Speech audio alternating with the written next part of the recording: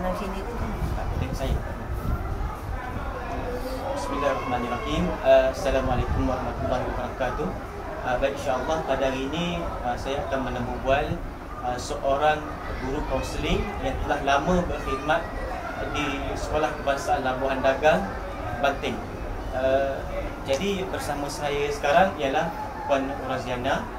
Boleh Puan Raziana perkenalkan sedikit latar belakang diri dan juga latar belakang pendidikan, berapa lama mengajar di sekolah ini dan apa pengalaman yang paling manis ketika berada di sekolah? Waalaikumsalam warahmatullahi wabarakatuh. Alhamdulillah, saya bersyukur sebab sudi untuk menemu ramah saya. Sebagai seorang guru, saya berada di sekolah ini telah masuk 31 tahun. Dan ini adalah merupakan sekolah yang saya masuk daripada awal sebelum saya berjawatan secara tetap. Saya sambung saya punya pelajaran di maktab perguruan, masuk di sini semula dan akhirnya saya berada di sini 31 tahun. Meskipun demikian, selama 31 tahun saya berhadapan dengan 8 pentadbir, 8 guru besar. Saya rasa seolah-olah saya berada di lapang sekolah sebab setiap pentadbir dia ada cara, pendekatan dan kehendak dia. Jadi kita sebagai seorang guru akan cuba segala upaya untuk mengikuti rentak gaya kepimpinan dia. Jadi kalau nak kata apa pengalaman sebenarnya untuk makluman, sebagai seorang guru dia kena kreatif. Umi ini minta maaf lah, Umi bahasakan diri Umi sebab dah terbiasa. First day Umi menjadi guru sementara, Umi dah tekad tulis dalam pucatan saya kena bahasakan diri sebagai Umi supaya anak-anak itu dekat dengan saya. Jadi bila saya mula melangkah ke alam perguruan, saya melihat saya tidak boleh cenderung kepada satu perkara, iaitu saya hanya mendidik. Saya dulu seorang guru agama, pendidikan Islam, dan saya punya core business saya adalah pendidikan Islam dan bahasa Arab. Kemudian saya sambung belajar untuk degree saya pun dalam pendidikan Islam dan bahasa Arab.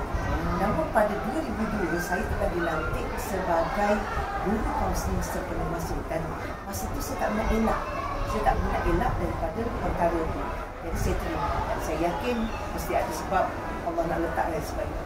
Dan yang menarik, bila saya menjadi seorang, saya datangkan cabaran pada saya sebab saya tahu saya ada banyak kelebihan Allah beri. Di antaranya ialah kelebihan daripada segi percakapan.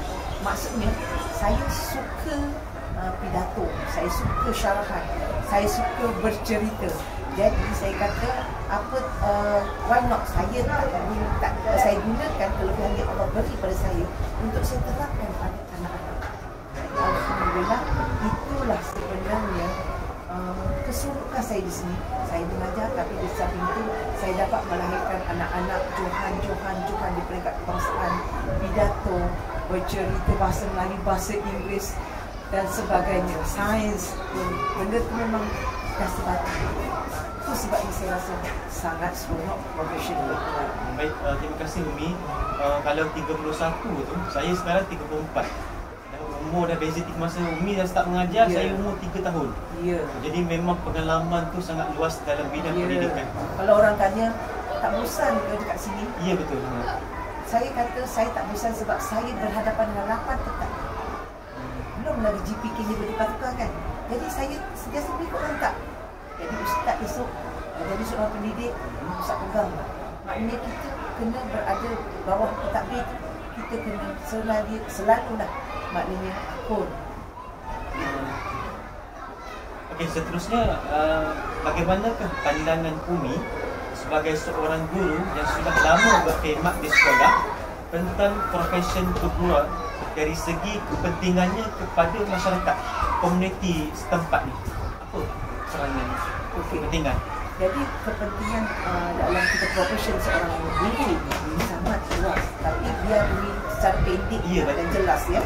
Di mana yang pertama, guru ini adalah merupakan tunggak pembangunan modal insan negara.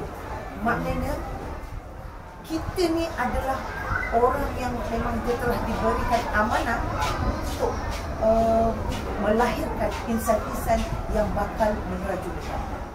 Yang kedua, sebagai guru, kita ini adalah menumbuhkan pembentuk generasi berilmu dan berakhlak mulia. Sebab kita ni pendidik. Kita bukan sahaja guru yang diistilahkan sebagai guru ditiru.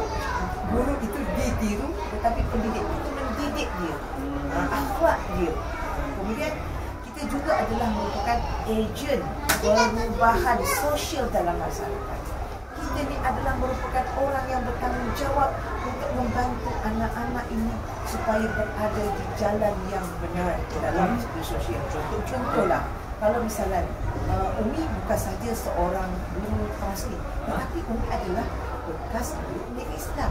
Jadi benda ini sangat selari.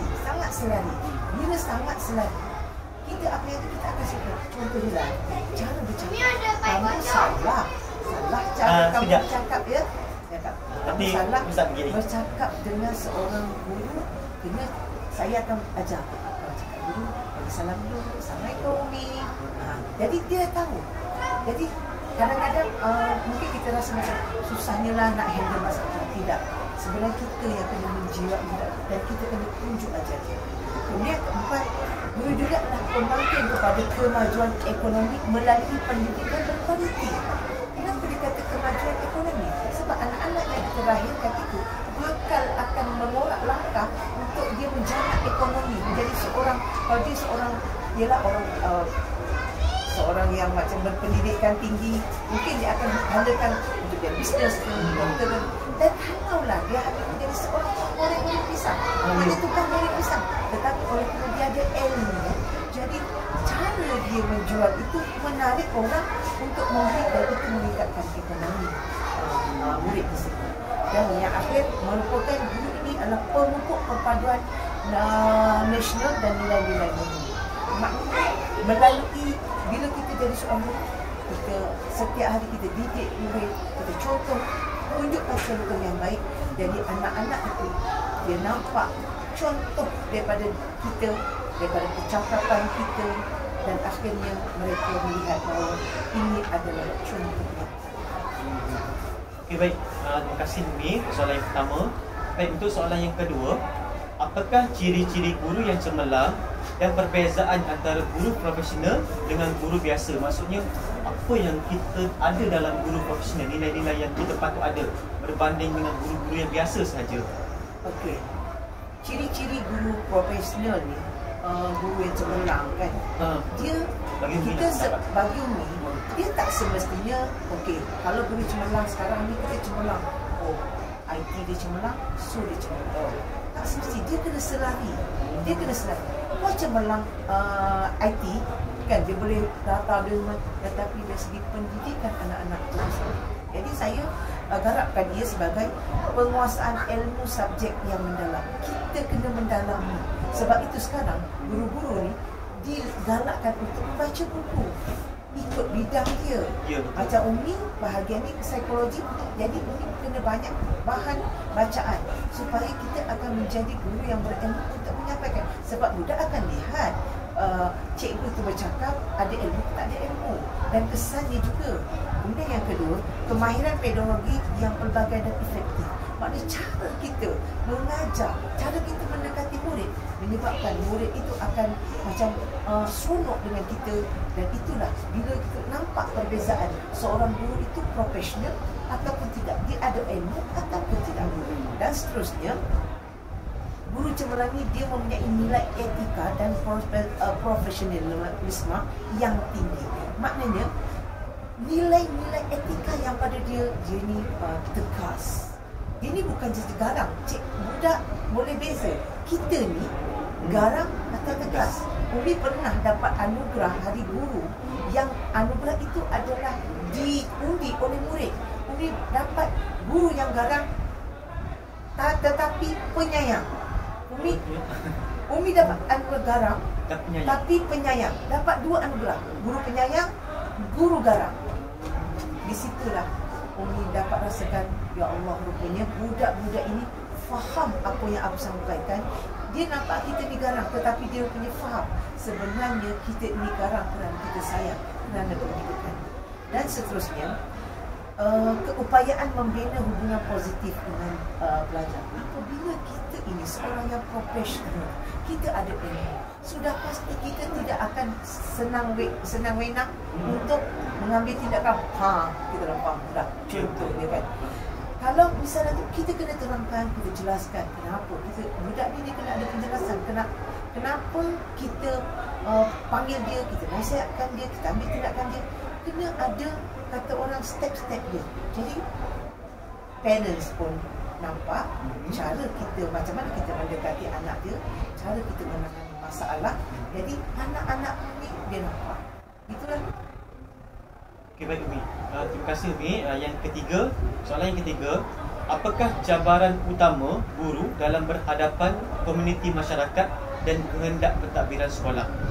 Cabaran utamalah yang biasa sepanjang 31 tahun Umi berada dekat sekolah ni, cabaran yang paling utama ketika kita berhadapan dengan ibu bapa komuniti ni dan juga kehendak pentadbiran dalam 8 pentadbir ni, apa yang Umi rasa paling mencabar? Okey. Dalam masa 31 tahun dah Umi mengajar.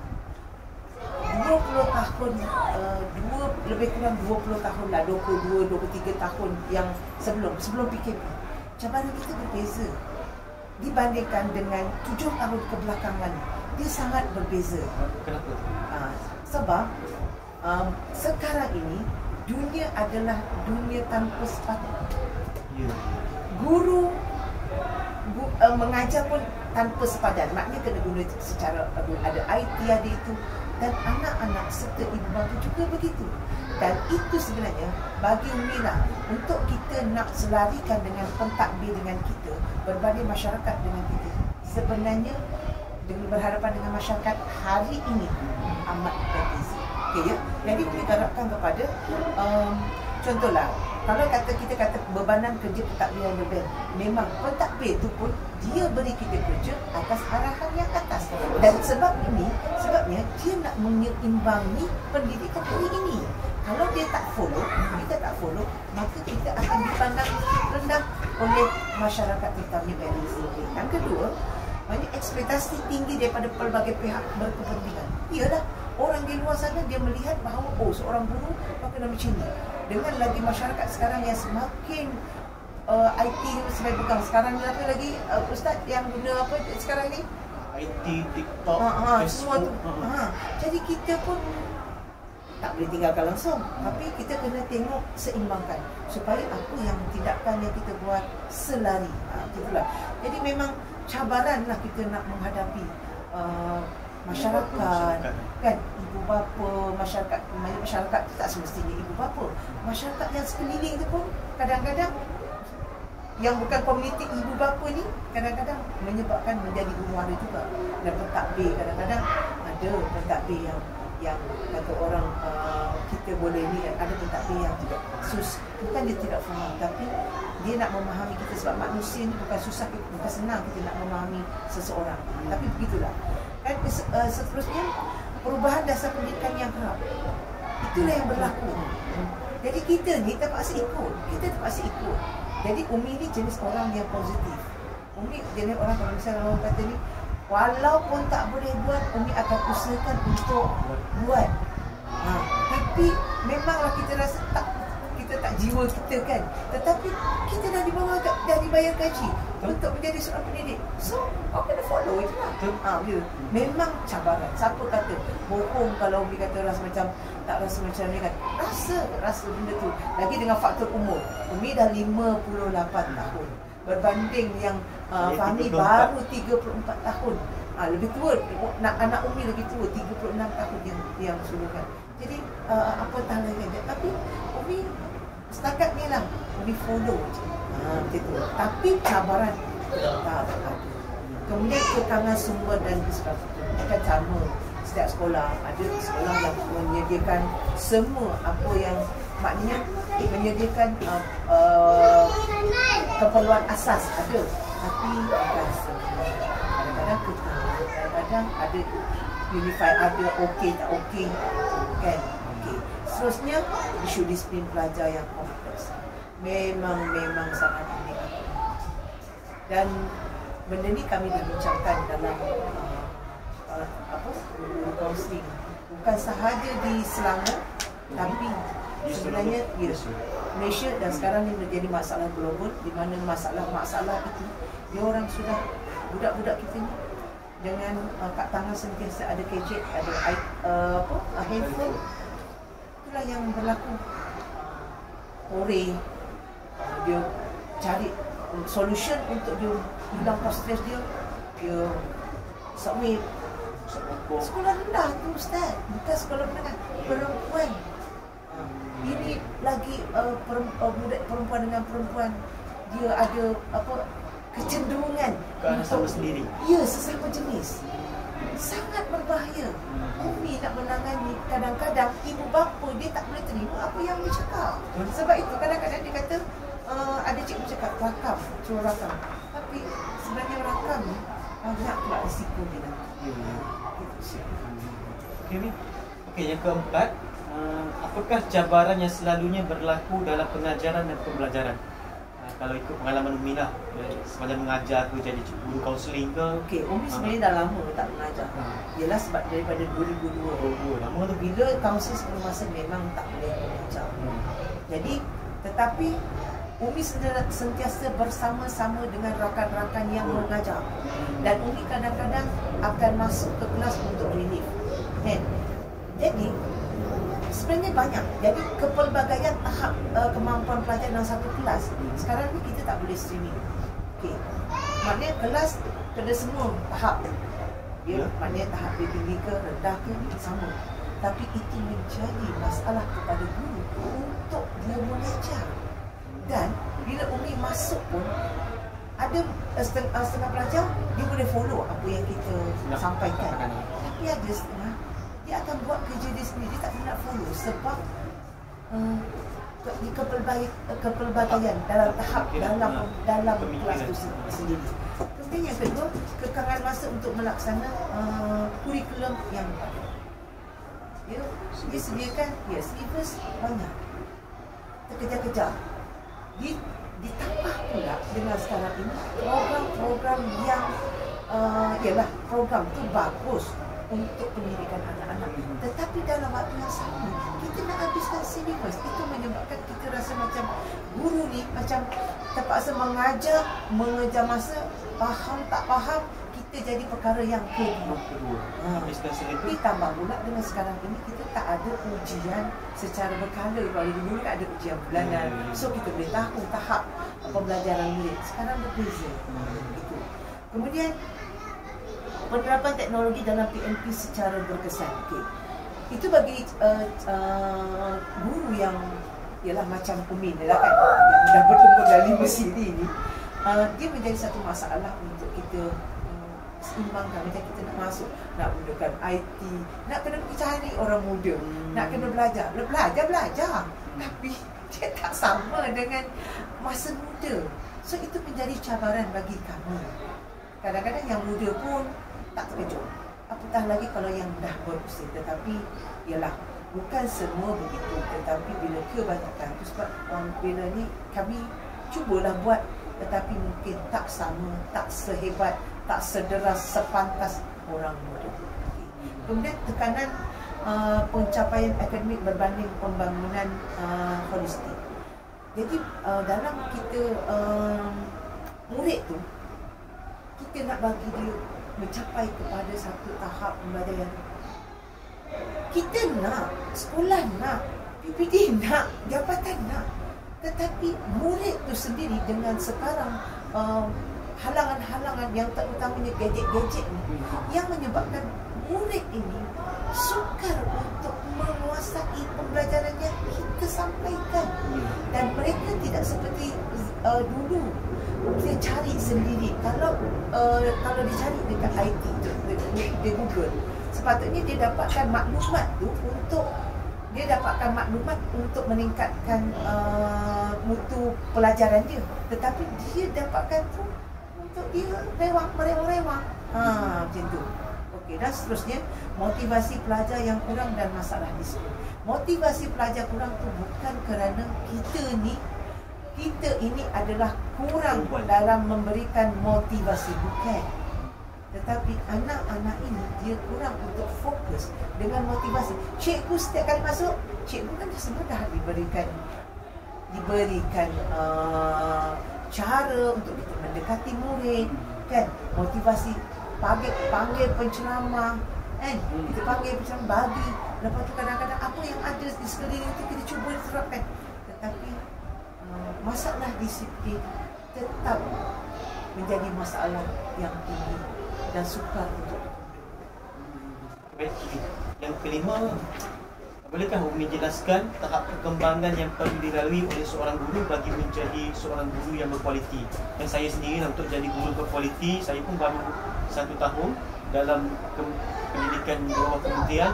Jadi apa yang tahap yang perlu saya lalui? Okey. Sebenarnya kalau secara mudahnya, kita kena tahu apa tugas kita. Kita adalah pendidik. Kita bukan hanya menyampaikan mata pelajaran, kita adalah pendidik. Dan pendidik itu kita juga kena terdidik untuk kita mendidik anak-anak. Jadi untuk pembinaan dan pengetahuan subjek dan pedagogi ni, itu adalah apa yang telah kita bawa, kita dah belajar. Kita kata ustaz bagi khusus kan untuk jadi seorang guru. Memang kita dah dapat secara asasnya, tetapi secara realitinya kita nak berhadapan dengan anak-anak, dengan masyarakat berbeza. Tetapi pedagogi untuk kita jadi seorang guru itu memanglah penting. Kita garapkan sekali. Kemudian penguasaan kemahiran pengurusan bilik belajar. Ya, pengurusan bilik belajar bagi Umi sangat penting. Kita pandai macam mana pun, tetapi kalau kita tidak dapat mengurus kelas dengan baik, anak-anak tak mungkin dengar apa yang kita cakap. Kita perlu berkomunikasi dengan murid, pastikan murid telah bersedia, baru kita boleh sampaikan pengajaran. Bukan kita masuk-masuk terus mengajar. Sebab apabila kita masuk-masuk terus mengajar, murid pun tak bersedia lagi. So kita, kalau ni kan kita selalu ada apa tu namanya? Set induksi. Penting. Jangan masa kita pelatihan saja, praktikal saja, kita adakan set induksi. Sebelum tu kita set induksi, kita suruh budak bersihkan kelas ke, kulit sampah, terus set induksi juga. Kan? Kemudian yang ketiga, penglibatan dalam penyelidikan tindakan bilik belajar. Maknanya kita ni sebagai guru, kita ni kena melibatkan diri bersama dengan murid untuk buat sesuatu tindakan dalam bilik belajar. Macam contoh kita dah tengok budak ni tak boleh go lah dia cara macam ni, kita kena tukar. Mungkin kita kena cari bahan, kita kena cari cara macam mana untuk budak tu lebih berminat untuk belajar. Memang itu satu cabaran ustaz. Sebab dulu masa saya mengajar tidak begini. Budak dulu submit now atau taat. Jadi berbeza dengan sekarang. Kita kena lebih jauh, lebih pandai daripada itu. Dan seterusnya, mentoring dan bimbingan daripada guru berpengalaman. Jadi kita ni, untuk jadi seorang guru yang profesional, kita kena ada mentor. Kita kena ada guru yang, kalau kita maha guru, bukan maharau. Kita kena cari guru yang belum betul-betul, dia bukan sahaja dari segi pendidikan dia tu, mungkin dia tu seorang yang banyak pengalaman kan, tetapi dia juga adalah seorang yang berpengalaman dalam pendidikan dan berpengalaman dalam mendekati masyarakat dan anak-anak. Itu sangat selalu. Kemudian seterusnya, pendedahan kepada amalan terbaik pendidikan global. Kita sebagai guru memang pendidikan secara global ni kita kena ada, kita kena tahu, sebab kita akan menghadapi cabaran. Anak-anak jauh lebih ke depan daripada kita. So kalau kita tak kejar, memang kita tak terkejar dan kita akan dianggap sebagai guru yang tidak profesional oleh masyarakat. Kemudian penilaian kendiri dan refleksi berdosa. Kita kena sentiasa ada penilaian kendiri pada diri kita. Aku ni begini, apa yang aku berbuat. Jangan kita hanya menuding jari. Kalau kita menuding jari satu ke orang, 4 jari itu adalah pada kita. Jadi kita kena berusaha untuk menjadi guru yang profesional. Seterusnya, apakah cadangan yang paling sesuai bagi meningkatkan accountability dan profesional guru di Malaysia? Okay. Jadi untuk meningkatkan kebertanggungjawaan sebagai seorang guru dan profession kita ni, yang pertama ni latihan yang berterusan. Latihan yang berterusan itu kan semestinya dianjurkan oleh pihak yang berwajib. Tapi kita pun kena terus cari sendiri. Sekarang kita ni adalah zaman yang boleh IT. Kita boleh cari di mana-mana, di hujung jari kita boleh dapatkan. So, kena ada pelatihan yang berterusan. Kemudian seterusnya, peningkatan kesedaran masyarakat. Peningkatan kesedaran masyarakat itu mungkin boleh kita salurkan melalui kita kan ada grup-grup kelas. Jangan hanya dalam grup itu hanya membincangkan perkara yang semasa itu, tetapi kita cuba tunjulkan bagaimana untuk menjadi seorang parents yang lebih, kata orang ni, dia lebih sebenarnya more kepada membantu pihak guru untuk membangunkan anak-anak. Bukan dia play. Dia kena membantu. Sebab kita ni perlu dibantu oleh masyarakat. Dan seterusnya, pengiktirafan dan insentif berdasarkan pencapaian profesional. Bohong kalau kita ni tidak suka kepada pengiktirafan. Anugerah itu adalah sifat semula jadi manusia. Jadi itu sangat penting. Dan alhamdulillah sekolah kita sentiasa ada anugerah, sama ada dari pentadbir sendiri, tetapi kadang-kadang mungkinlah ada terlepas pandang perkara-perkara yang benda tu kecil, sedikit, tapi contohnya lah anugerah itu mungkin kita rasa macam dia je dapat, aku tak dapat. Sepatutnya kita melihat dia dapat, aku kena belajar macam aku nak dapat. Gitu je. Kemudian seterusnya, autonomi yang lebih dalam membuat keputusan profesional. Maknanya sebagai seorang guru, kita ni mesti ada untuk kita membuat satu keputusan sebagai seorang guru, kita kena ada timbangan. Ya, kadang-kadang mungkin bagi kita buat cik lah, budak ni aku kena begini, tapi kita kan ada pentadbir. Kita berbincang dengan pentadbir.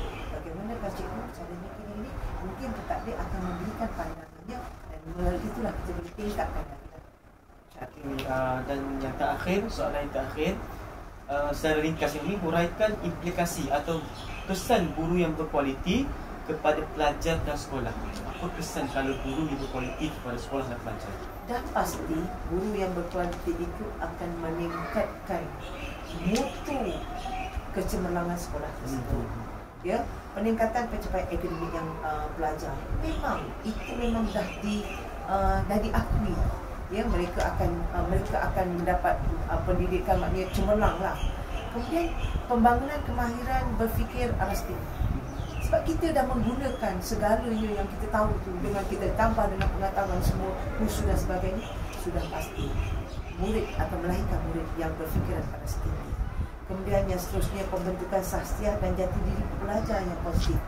Murid yang pandai, kalau kita tidak dapat melahirkan murid yang berakhlak mulia, kita sebenarnya telah gagal. Dan seterusnya, peningkatan reputasi dan prestasi sekolah juga perlu kita jaga, perlu kita hayati dan sentiasa buat yang terbaik demi mencapai apa yang telah diminta. Kemudian peningkatan keyakinan dan sokongan masyarakat terhadap institusi pendidikan juga sangat penting. Masyarakat memainkan peranan. Okey, baik Umi, terima kasih di atas soalan yang terakhir, jawapan soalan yang terakhir. Saya difahamkan bahawa Umi akan berpencen tahun ni, betul? InsyaAllah. Okay, InsyaAllah setelah 31 tahun berkhidmat di SK Labuhan Dagang tanpa bertukar, betul Umi? Ya, tak bertukar. Okay, jadi dulu, kini dan selamanya. Okay. Jadi apa yang kata-kata terakhir Umi yang Umi nak sampaikan kepada saya dan juga kepada video yang telah saya rakamkan ini untuk saya tulis dalam penulisan saya yang boleh saya manfaatkan untuk penulisan saya dan orang yang membacanya nanti.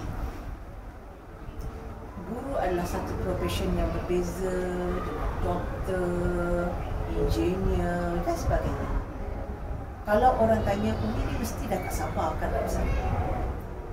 Sebenarnya, Umi nak meninggalkan dunia pendidikan adalah satu perkara yang sangat orang kata Umi gembira, tidak. Umi sangat sukar sebab dia dah sebati dengan dunia Umi.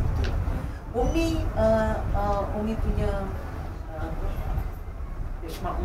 Umi ada beri dapat. Umi ada kasih sayang, Umi akan beri, dan Umi akan dapat balik kasih sayang kepada Umi. Jadi sebab itulah nak meninggalkan anak-anak dalam keadaan dunia global yang begini, sebenarnya ya, dunia mencabar Umi sebenarnya sangat. Tapi Umi yakin dan percaya dengan apa yang Umi dah buat selama ini, apa yang telah Umi korbankan selama ini, Umi yakin dan percaya ianya akan melahirkan anak-anak yang bukan sahaja berjiwa bangsa, bukan sahaja yang mereka itu cemerlang dalam pendidikan, tetapi mereka berakhlak mulia, insya-Allah. Sebab anak-anak di sekolah ni adalah anak-anak syurga. Sebab itu Umi macam mana sakit ke apa, bila Umi datang sekolah, Umi rasa macam seronok tengok mata anak-anak. Anak-anak itu adalah penyejuk mata. InsyaAllah.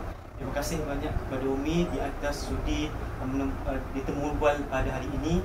Jazakallah khairan katsiran, insya-Allah. Assalamualaikum. Assalamualaikum.